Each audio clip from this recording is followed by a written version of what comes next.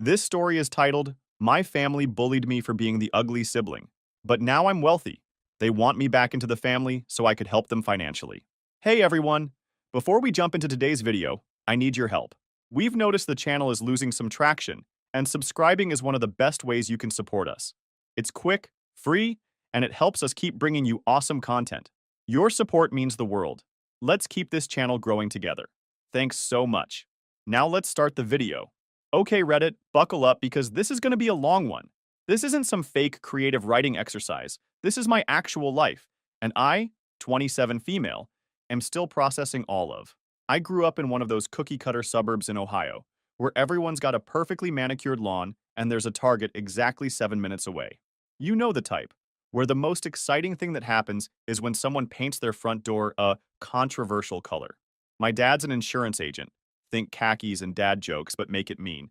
And my mom teaches English at the local high school, which was super fun when I actually had her as my teacher.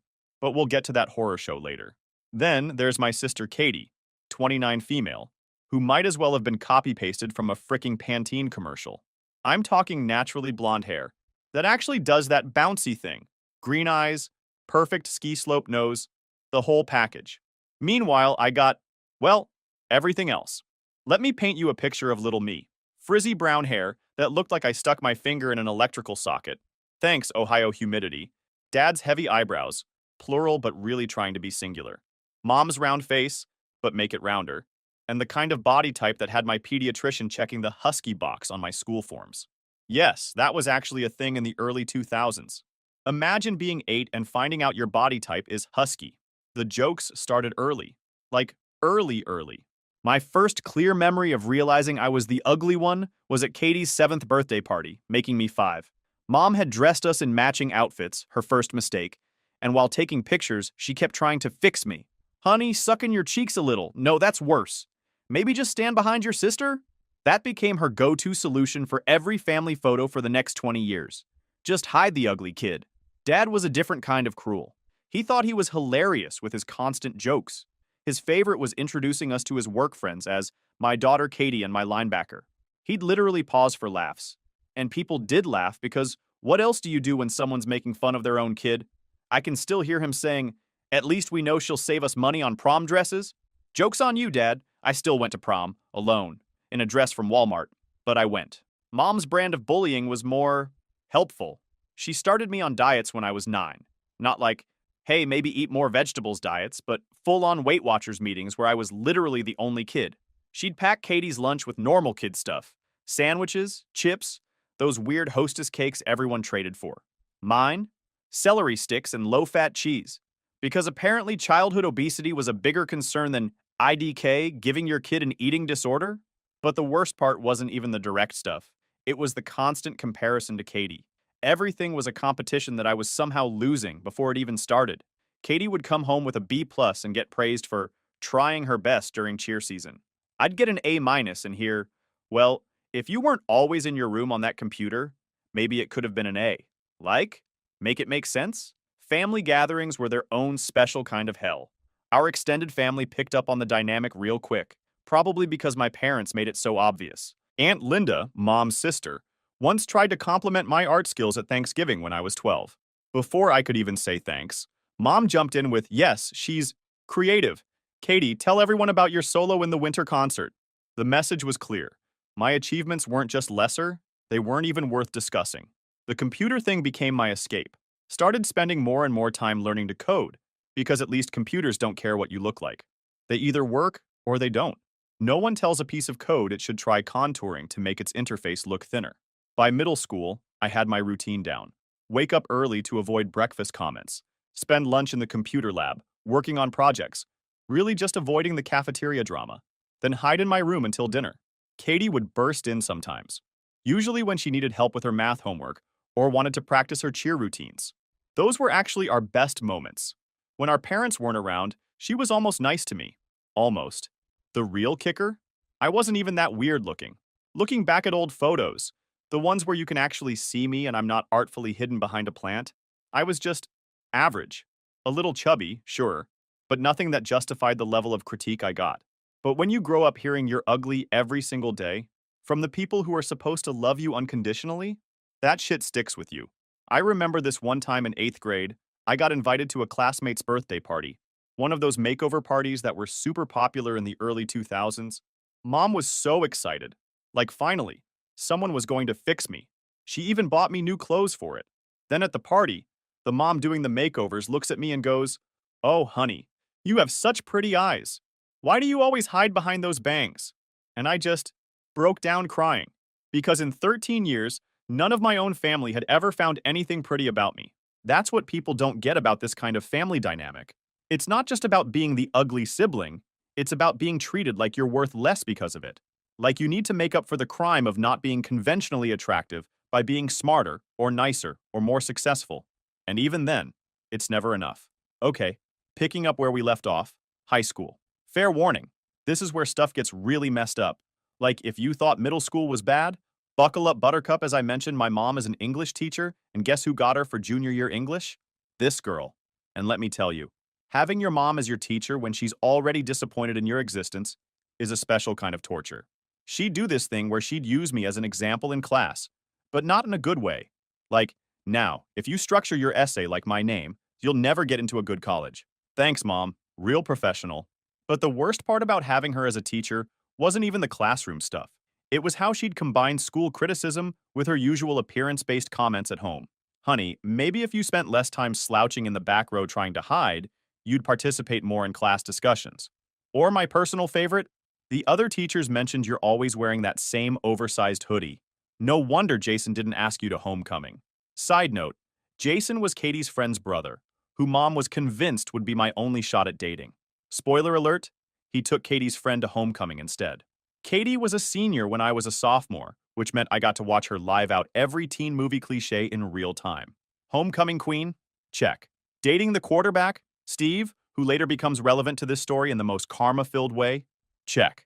Getting crowned at every single dance while I worked the coat check? Check. I wish I was making this up, but our high school really was that stereotypical. The thing about being the ugly sister in high school is that everyone feels entitled to comment on it. Like, it wasn't enough that my family constantly reminded me. Now I had helpful classmates pointing it out too. OMG, are you really Katie's sister? But she's so... And then they'd just trail off, like not finishing the sentence made it less rude. I developed this whole system for surviving school.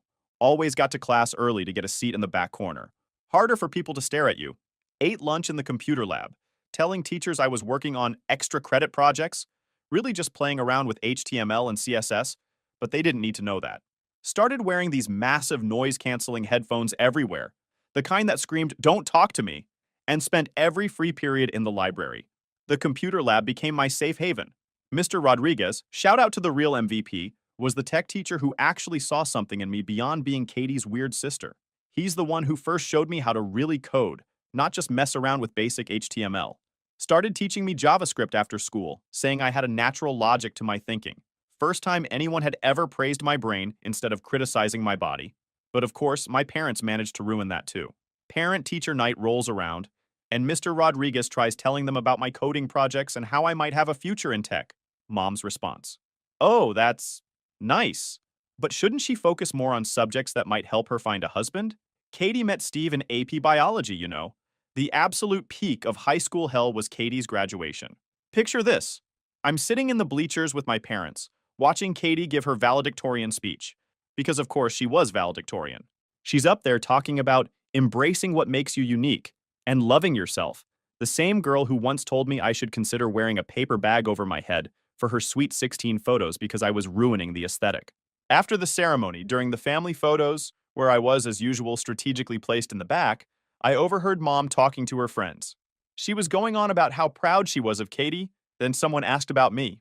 Her exact words, well, at least one of them turned out right. "We're still hoping my name might grow into her features." Grow into my features. Like I was some kind of puppy that might eventually look less awkward. I was 16. Pretty sure my features were done growing. That summer was when I completely checked out of family life. Got a job at Computer Shack, one of those generic computer repair places at the mall, and picked up every shift I could. Started saving money in a secret account. Pro tip, never let toxic parents have access to your bank account. Learned how to build and repair computers, which was actually super useful later. The best worst part? My parents were thrilled that I was working retail. They thought it was me accepting my place in the world, or whatever. Mom actually said, "It's good that you're learning a trade, honey. Not everyone can be as academically gifted as Katie." Meanwhile, I'm in the back room teaching myself Python and dreaming of the day I could get the hell out of there. Senior year was just survival mode. Katie was off at college, some fancy private school where she could pursue her dreams of being a trophy wife. Spoiler alert, mission accomplished, temporarily at least. So you'd think things would get better. Nope. Now it was all, Katie's doing so well in college, and Katie's joined a sorority, and Katie's dating a business major now. I threw myself into coding, like full-on obsession mode. Didn't go to a single school event. Skipped prom, despite mom's hysteria about it being my last chance to feel like a princess, and spent every free moment either working or learning to code. Mr. Rodriguez helped me apply for scholarships behind my parents' backs because he knew they wouldn't help with college applications unless it was for their approved list of schools, aka wherever Katie went. The day I got my full-ride scholarship to state for computer science was the day I realized I might actually escape. My parents' reaction? "Oh, that's nice, honey. But are you sure you want to go there? Katie says the girls at state don't care about their appearance at all. You already struggle enough with that." Little did they know, their ugly daughter was about to level up in the most spectacular way. So we're at the part of the story where things start turning around. But not before one last serving of family toxicity, because of course my high school graduation was exactly what you'd expect. While other parents were crying happy tears and taking millions of photos, mine were busy explaining to relatives why I chose State University instead of following Katie to her fancy private college. Well, you know how it is. Some people just aren't cut out for more competitive environments. Thanks for the vote of confidence, Mom. The graduation party was even worse. Mom insisted on putting up photos from both her girls' special days, basically a shrine to Katie's perfect graduation next to my, well, let's just say she picked the worst photos of me possible, including one where I'm mid-sneeze. Who even keeps a photo like that? But here's where it gets good. Remember that secret bank account I mentioned? Working every possible shift at Computer Shack had paid off. I had enough saved up for a deposit on a tiny studio apartment near campus. The day after graduation, while my parents were at some country club brunch with Katie, who was home for the summer and just couldn't miss seeing her friends, I loaded up my ancient Honda Civic with everything that mattered. Fun fact, you can fit your whole life in a Honda Civic if you've spent 18 years being told not to take up too much space. The best part? They didn't even notice I was moving out until my aunt called them that evening, asking why there was a "finally escaped" post on my Facebook. Mom called in full panic mode, not because she was worried about me, but because, what will people think? It looks like we drove you away. Well, Karen, not her real name, but she might as well be one, maybe you did drive me away. Just a thought. College was weird at first. Like, good weird, but still weird. Suddenly, I was in a place where nobody knew me as Katie's ugly sister. Nobody's mom was comparing me to their perfect daughter. I could just be me. Of course, my family had to try and ruin this too. Every holiday break was an exercise in psychological warfare. Mom would start with the subtle digs. "Oh, honey, the computer science stress must be getting to you. Your face is breaking out." Or, "Are you sure you're eating enough vegetables? Your complexion looks tired." Dad's contribution was constantly asking if I'd met any nice business majors, because apparently coding was just a phase, and what I really needed was a husband to take care of me. This from the man who once told me I had a face for radio and a voice for silent movies. Katie would drop by during her breaks too, always with some backhanded compliment like, "You're so brave for not caring about your appearance anymore." Because apparently wearing jeans and hoodies to code instead of dressing like a Stepford wife in training means you've let yourself go. But here's the thing about being away from toxic people. Their opinions start mattering less and less. Every time I went home, their comments had less power. Maybe it was because I was finally doing well at something. Maybe it was because I had friends who actually liked me for me. Or maybe it was because I was finally starting to realize that being ugly wasn't actually the worst thing a person could be. Being cruel definitely ranked higher. By junior year, I had a solid 4.0 GPA, a paid internship at a local tech company, and was leading 3 different coding projects for my department. My academic advisor was already talking about graduate school opportunities. Life was looking up. Then came the incident trademark that changed everything. Remember how I mentioned I was good at gaming PC builds? Well, I'd started a little side hustle building custom gaming rigs for other students. Nothing major, just word of mouth stuff. But one of my clients was this guy who ran a popular Twitch stream. He loved the PC I built him so much that he gave me a shout out during one of his streams. Next thing I know, I'm getting orders from other streamers. Had to start a waiting list because I couldn't keep up with demand between classes. Was making decent money too, enough that I didn't have to work part-time anymore. My parents found out about this through Facebook. Note to self, really need to adjust those privacy settings. Their reaction? Pique them. Mom, well, I suppose if you can't be pretty, at least you can be useful. Dad, maybe you'll meet a nice boy who needs his computer fixed. Okay, so remember those gaming PCs I was building in college? That wasn't even the cool part. The real story starts with my absolute obsession with game physics. Quick backstory, I'd always been fascinated by how things move in games. You know, like how water flows, or how cloth moves in the wind, or how different materials break apart. Most people play games to escape reality, which, given my family situation, I totally get.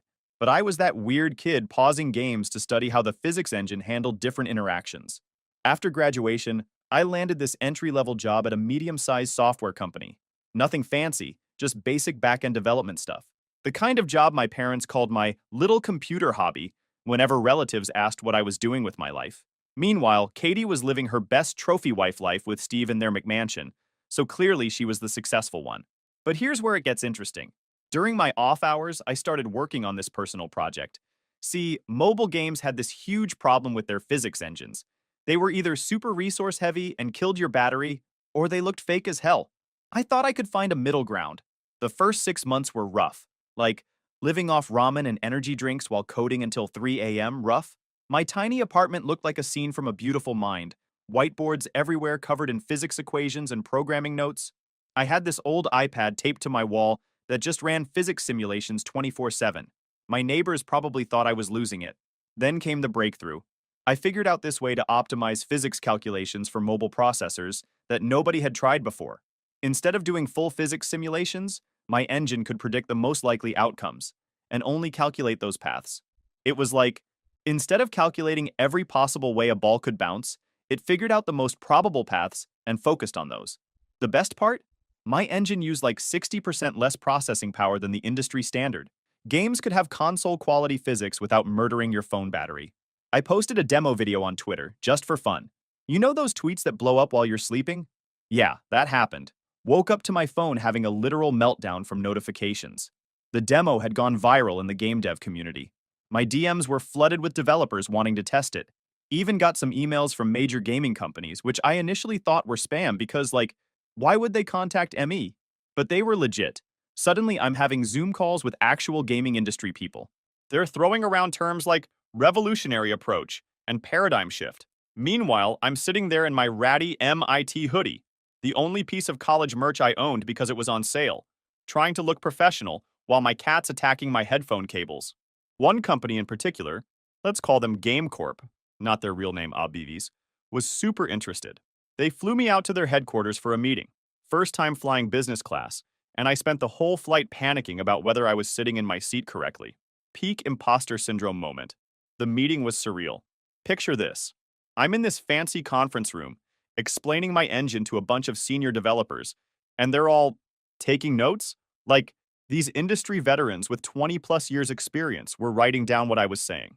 My brain kept screaming, they're gonna realize you're a fraud any minute now. But they didn't. Instead, they started talking numbers. Big numbers. The kind of numbers that made me wish I'd paid more attention in my business classes. They wanted to buy my engine outright. When they showed me the offer, I almost passed out. Had to ask them to repeat the number because I thought I was hallucinating. $2.8 million. After taxes and fees and all that fun stuff.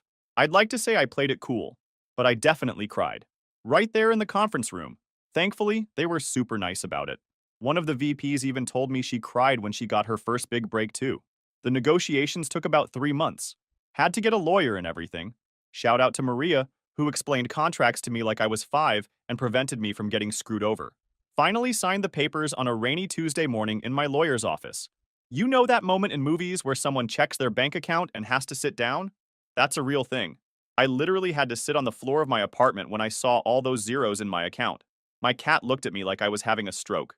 First thing I did? Paid off my student loans. All of them. In one click. That feeling? Better than any drug could ever be. Second thing? Bought a house. Nothing crazy expensive. just a nice 3 bedroom in a good neighborhood. The kind of house that says, I'm successful but not showing off about it. Even got a proper office for work, with those fancy standing desks and everything. I didn't tell my family right away, partly because I wanted to get all my financial ducks in a row first. Thanks, Maria, for recommending that financial advisor. And partly because I kind of wanted to enjoy my success without their commentary for a while. But of course, news travels fast in the age of social media. Some gaming websites had written articles about the engine acquisition. One of my cousins, who's big into gaming, saw my name and shared it on Facebook. That's when all hell broke loose. It started with the calls. South many. Calls. First, it was just the usual weekly guilt trip from mom, but suddenly she's calling every day, sometimes twice. And the transformation in her tone? Olympic-level mental gymnastics. The same woman who once told me I had a face only a mother could love, and even then it's a struggle, was now gushing about how she always knew I had potential. But the real kicker came when she started talking about this big family dinner she wanted to organize at the Cheesecake Factory, because in her mind, that's the fanciest restaurant in existence. She even offered to make reservations herself, which, if you knew my mom, was like offering to donate a kidney. This woman once made me pay for my own birthday dinner because you need to learn financial responsibility. I knew something was up, but my therapist, shout out to Dr. Lisa, had been encouraging me to set boundaries instead of just avoiding them. So I agreed to dinner. Big mistake. Huge. Walking into that restaurant was like entering the Twilight Zone. There's my mom, wearing her special occasions blazer, the one that usually only comes out for parent-teacher conferences in church. Dad's actually wearing a tie, which I hadn't seen since Katie's wedding. And Katie, oh boy. Katie's there with her husband Steve, looking like she's auditioning for Real Housewives of the Midwest. First red flag, they're nice to me. Like, aggressively nice. Mom compliments my hair, which literally hasn't changed since she called it a rat's nest at Christmas. Dad asks about my computer business, like he suddenly understands what I do. Katie keeps touching my arm and calling me sis. She hasn't called me that since we were kids. Then, the truth starts coming out. Turns out perfect Katie's life isn't so perfect anymore. Steve's startup failed spectacularly. Turns out selling blockchain-enabled smoothies wasn't the million-dollar idea he thought it would be. They're 3 months behind on their McMansion mortgage. Katie had to sell her Range Rover, the horror, and start driving. Gasp. A Honda CR-V like some kind of peasant. But wait, it gets better. Remember how mom and dad always bragged about their amazing retirement plans? Well, apparently they'd been investing most of their savings into Steve's smoothie scheme. Because why trust a financial advisor when you can trust your golden child's husband with his MBA from Phoenix University? The way they presented all this was something else. They didn't come right out and ask for money at first. No, they tried to be subtle, which for them is about as subtle as a brick to the face. Mom starts talking about how family takes care of family, while dad keeps dropping hints about how their mortgage is surprisingly affordable for someone with tech money. Katie's approach was my favorite, though. She actually tried to pitch me on investing in Steve's next startup. Because the smoothie thing didn't work out, he's now got this amazing idea for, I kid you not, AI-powered dog shoes. I couldn't make this up if I tried. When I didn't immediately offer to solve all their problems, the mask started slipping. Mom's voice got that edge to it. You know, the one that used to make teenage me want to disappear into the floor. Dad started talking about how they sacrificed everything to raise me. Apparently paying for basic necessities counts as a sacrifice now. Katie actually started crying about how her kids might have to go to Gasp public school. The final straw? When the check came, they all just sat there, looking at me expectantly. Because obviously Ms. Tech Money should pay for dinner, right? Even though they invited me? Even though they spent the whole meal trying to manipulate me? So I did something that would have been unthinkable to old me. I looked Mom dead in the eye and said, "Oh, I thought since you invited us, you were treating. You know, since family takes care of family and all that." The silence. You could have heard a pin drop. Steve actually choked on his water. Dad turned this interesting shade of purple. Mom's face did that thing where she's trying to smile but actually looks like she's having dental work done. Katie tried to save it with, "Oh, but sis, you're doing so well now. It would mean so much to us." That's when I dropped my own bomb. You know what would have meant a lot to me? Not being called ugly every day of my childhood. Not being treated like a family embarrassment for 18 years. Not having my own sister pretend she didn't know me at school because I was too embarrassing to be associated with. Then I got up, dropped enough cash to cover exactly my portion of the bill, down to the cent, thank you, calculator app, and walked out. But not before hearing Katie whisper to Mom, I told you we should have buttered her up more first. The text started before I even got to my car. Mom, how dare you embarrass us like that? After all we've done for you. Dad, your mother is crying. I hope you're happy. Katie, you're being really selfish right now. My kids are going to suffer because of your attitude? But my favorite message came from Aunt Sarah, who I'd been texting updates to throughout dinner. Proud of you, kiddo. Let them choke on their karma. Want to come over for wine and watch bad movies? This was just the beginning, though. They weren't done trying. Not by a long shot. But they were about to learn that the ugly duckling they picked on all those years, she grew up to have one hell of a spine. Final update. So many people have been messaging me asking for updates. So here's where things stand now. After that disaster dinner at Cheesecake Factory, my family went into full meltdown mode. We're talking dozens of missed calls, hundreds of texts, and even a few flying monkeys. Shout out to R raised by narcissists for teaching me that term. In the form of random relatives I haven't talked to since 2010 suddenly reaching out about family obligations. The messages followed a pretty predictable pattern. First week, how dare you embarrass us like that? You're so ungrateful. Second week, your sister's children are suffering because of your selfishness. Third week, we're willing to forgive you if you just apologize and give us money. Fourth week, remember when we bought you school supplies in third grade? You owe us. But here's the thing about standing up to bullies.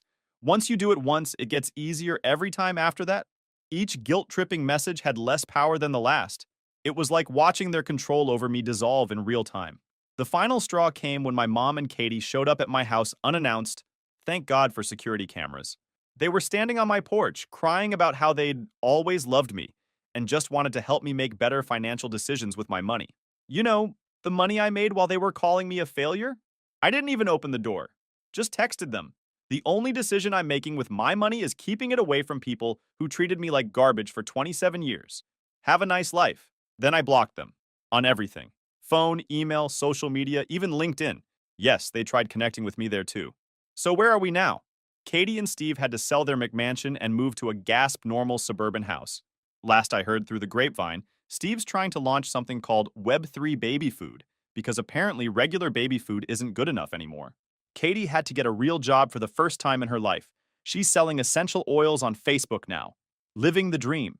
Mom and Dad had to postpone their retirement. Dad's still working at the insurance company, and Mom's still teaching English, though apparently she stopped using me as an example of what not to do in her classes. Progress, I guess? Meanwhile, I'm actually doing better than ever. Turns out cutting off toxic family is great for your mental health. Who knew?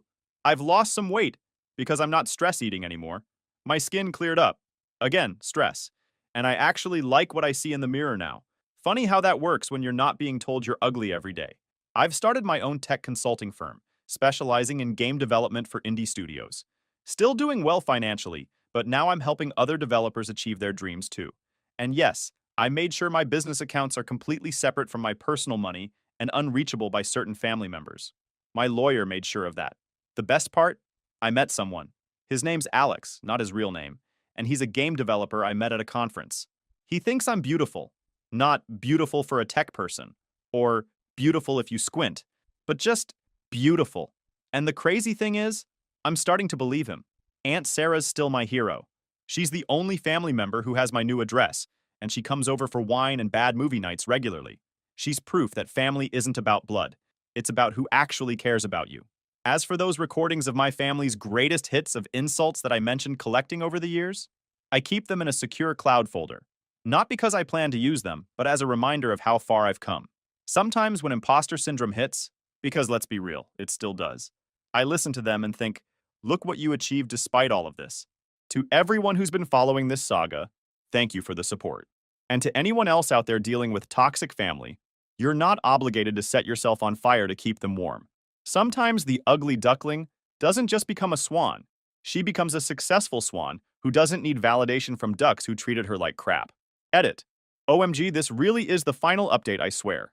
But since everyone's asking, yes, Alex knows about Reddit and this post. He's actually the one who suggested I write it all out as a form of therapy. He's sitting next to me right now making dad jokes about coding our way to happiness. Edit 2. Stop asking me to invest in your startup. I am begging you. And no, I don't want to join your MLM either, Katie. Yes, she found this post somehow. Hi sis. Edit 3. For the last time, No, I won't reveal what game engine company bought my tech. But if you've played any major mobile games in the last year, you've probably experienced my physics engine. That's all I'm legally allowed to say. Last edited just now.